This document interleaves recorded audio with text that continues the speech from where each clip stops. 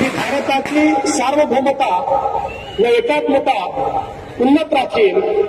मी महाराष्ट्र राज्याचा मुख्यमंत्री म्हणून माझी कामे निष्ठापूर्वक व सतत विवेकबुद्धीने पार पाडीन आणि संविधान व कायदा यानुसार सर्व तऱ्हेच्या लोकांना मी निर्भयपणे